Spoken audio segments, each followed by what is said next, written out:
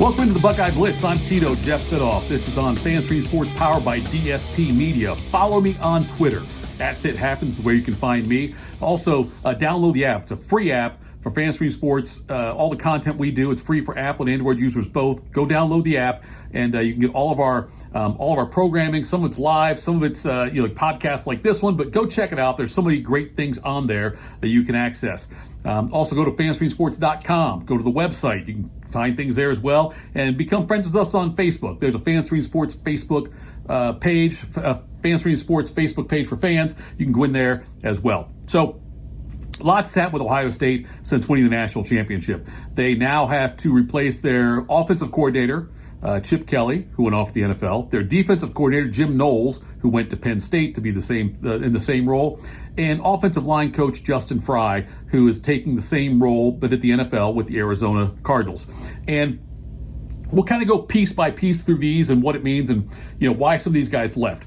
We'll start with Chip Kelly. Chip Kelly, he took a pay cut to come here from UCLA last year. He was a head coach at UCLA, took a pay cut here because he and Ryan Day are very close. And look, Chip Kelly did exactly what we needed him to do. What Ohio State needed him to do, that is what we needed. And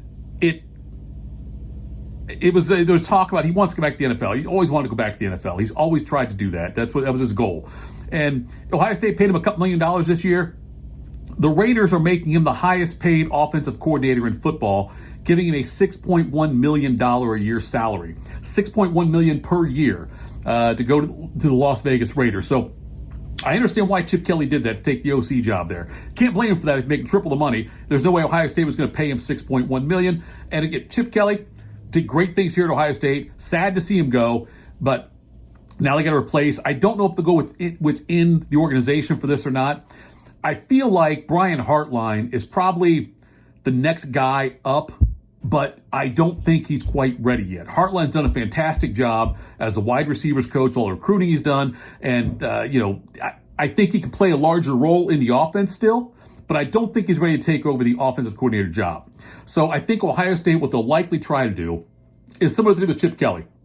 And either try to find a head coach of another program that's maybe a Power Four that wants to take a step with Ohio State and see this as a chance to get maybe to bigger and better things. But with all the riches they have on the offensive side of the ball, it's got to be an attractive job. Maybe there's an NFL offensive coordinator who feels like his job might be on the line. He might want to come back to college, the college ranks, and be the OC. So Day's going to take his time on this, but it's going to be obviously a very important hire. The way Chip Kelly did it, and when you look at like the way Alabama, they were losing coaches all the time, and they found a way to reload. They took coaches that were coming in like Sarkisian, like Lane Kiffin, almost like on a rehab project to get to bigger and better things. Now Sarkisian's at Texas. Lane Kiffin, after some time at Alabama, he's at Ole Miss. Chip Kelly, I said this when he left UCLA to come to Ohio State. It wasn't a rehab thing. It was a prehab, because he was probably going to get fired at UCLA. And he saw the opening at Ohio State and saw that he could, Ryan Day would give him a lot of rope that he can use and a lot of freedom, and with the talent they had. So the Chip Kelly loss, not surprising. If an NFL team offers your offensive coordinator 3 times the salary you're making, you're going to look into it, especially if that was your goal to get back to the NFL. So we'll look and see who they hire, but it's an important hire for Ohio State, because then Ryan Day, who gave everything to Chip Kelly most everything to Chip Kelly and the play calling and whatnot and the game planning, now will Ryan Day try to take some of that back and hire somebody else, maybe not of Chip Kelly's stature, and still maintain some of the OC role and the play calling role on his own. Defensively, the defense coordinator, Jim Knowles, going to Penn State. Knowles is the highest paid defensive coordinator in college football now. He's getting $3 million a year from Penn State. Ohio State, I don't think, was going to approach that, and I'm not sure I'm sure if Knowles and Ohio State really wanted to keep going together. Knowles, a fantastic 3 years here. Again, in this past season, the defense, I love the defense. There was some friction reportedly in there between, especially after the first Oregon game when Ohio State lost 32-31 in Eugene, and they couldn't get any pressure on Dylan Gabriel. And from what I've been able to gather, that there was friction between Larry Johnson, the longtime defensive line coach for Ohio State and great recruiter as well, and Knowles on how to apply that pressure and on the game plan for that. And after the Oregon game, Day got involved reportedly again and pretty much said, we got to do it this way, which was a little bit different than what Knowles wanted to do. So there was some, I don't say some power, but there was some decision-making, I think, some strategic decision-making that was taken away possibly from Jim Knowles or adjusted from Jim Knowles by either Larry Johnson and or Ryan Day. So it may have been time anyway for him to go. He is making a lot more money to go home. Good for him. Knowles did a fantastic job here in the 3 years he was here. Whoever takes this job as well is going to walk into a cupboard full of 4- and 5-star talent. So internally, the one that makes the most sense to me is James Laurinaitis, but he's only been an official coach. He was, like grad assistant and whatnot, but he got the official moniker this past offseason to be the linebackers coach. And he's got a lot of experience at Notre Dame and Ohio State both. When he was there at Notre Dame with Marcus Freeman as a grad assistant, now with Ohio State. Again, I don't think he's quite ready for it. And I think Ohio State will try to find an experienced defensive coordinator, maybe another prehab thing where there's a coach out there who's defensive minded, who wants to take a step back from being a mediocre head coach of a mediocre program or a program that doesn't look like it's going to be able to make a lot of headway and move back to Ohio State. Another guy, though, that in the post the celebration at the Horseshoe after the national championship, Ryan Day made sure to point out Matt Guerrieri, he was a senior advisor and analyst for Ohio State this year. He was a defensive coordinator. He was at Ohio State here before, then went to Indiana to be a co-defensive coordinator and safeties coach, and then came back here as a safeties coach for 2024. And they called him a rising star at the championship celebration. So obviously he likes him. That's somebody who's been a DC before and called the plays for Indiana. So there's a chance that he could be one considered maybe to take this role now. So, but all three roles are obviously I'm sorry, let's go to the last one here. Justin Fry, offensive line coach. Now, Fry took a lot of heat the last couple of years, and especially this season with some of the struggles of the offensive line. He recruited well, if you look at it, and you look at they got the transfers in, McLaughlin from Alabama. They got transfers in that performed well, but Seth McLaughlin, who, he was the Remington Award winner. But the defensive line had so many injuries this year, and they had to shuffle things around so much. You had guards sometime playing tackle. You had questions at center. There were lots of different moving parts to this. And yes, they did struggle at times. No doubt about it. There was questions about the depth. But the way they came together at the end of the season, the way they were able to keep Will Howard clean, Fry deserves a hell of a lot of credit for that. There were people early in the season who were like, get rid of him. They didn't last season. Get rid of him. Don't need him. But he showed this year how good of a coach he can be. The way they were able to cobble together this offensive line and keep Will Howard upright in the CFP was amazing. So good for him going to the NFL. I think it's something he always wanted to do also. It's a great opportunity for him, but that's another important position for Ohio State. Ryan Day is the key to all of this. Ryan Day is the absolute key to all of these things because when you go back to re-recruit your roster, and Day did a great job of it last year, but now you're doing it with new OC, DC, offensive line coach, there has to be a high level of trust between the players and Ryan Day. Because at other schools, maybe when your OC leaves, there's offensive players saying, well, I don't know who my OC is, I got to go somewhere else. Or I don't know who my defensive coordinator is going to be, I got to go somewhere else. Are they going to utilize my talent still? And I got to believe Day right now is spending a lot of time just calming the waters and saying, look, trust me, I'm going to make the right hire here. We're all still going to be good.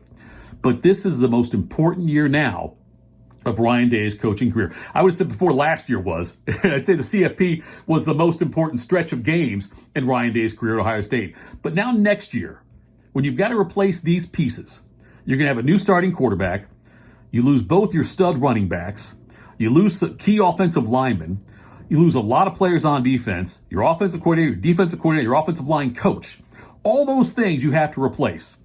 And I don't know what the expectation will be from Ohio State fans, realistic expectations. They start off August 30th against Texas in the Horseshoe. And that's going to be a daunting way to start. It could be number 1 versus number 2 in the preseason polls, so I think Ohio State might actually drop down a little bit now just because of the uncertainty of the position. You might see them in the top 5 still. I could see Penn State, though, with their additions and all those guys they have coming back. I could see them getting maybe this up to number 2 or even in some cases number 1. But it'll be a top 5 matchup, Texas-Ohio State. Ohio State's, interesting to see how they come out in that game right there. The defense is going to have to really carry some things early on as Ohio State's still going to get adjusted with the new OC and Julian Sayin. So that'll be a fun game. August 30th, though. It's right around the corner. And before you know it, spring practices are going to start here. And then we got the spring game coming up. By the way, speaking of the spring game, Nebraska is going to cancel their spring game this year.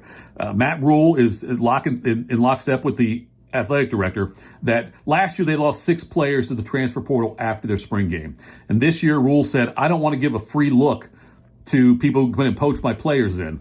And he's worried that if they do the spring game, which last year was the 4th, had over 60,000 people, it was the 4th most attended spring game in college football. And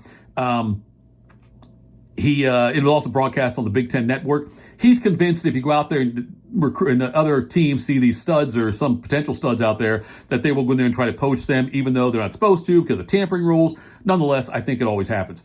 So they are going to, it looks like they're going to do like some kind of skills competition, maybe have some of the players, they're going to do something still for the fans involving the football team, but it's not going to be the traditional spring game. I can't see Ohio State ever doing that. It raises a lot of money for charity and also for the athletic program, like $10 a ticket. And there's ones that are more expensive if you want to get outside of general admission. But to me, this smells of insecurity from Matt Rule. And I think when you do that, it's because you're not secure enough in your team and in their belief in you that they would take that opportunity. I think that Ryan Day and Ohio State, if you look at the transfers Ohio State's lost in the last couple of years, there's no one that I said, I wish we had that guy instead of the guy we have now. Kyle McCord had a wonderful year at Syracuse. Wonderful year at Syracuse. I'd still rather have Will Howard this year than Kyle McCord. So other guys have left. Julian Fleming, the wide receiver, went to Penn State. Didn't have a great year. Dallin Hayden went to Colorado, the running back, who I loved. Didn't do much out there.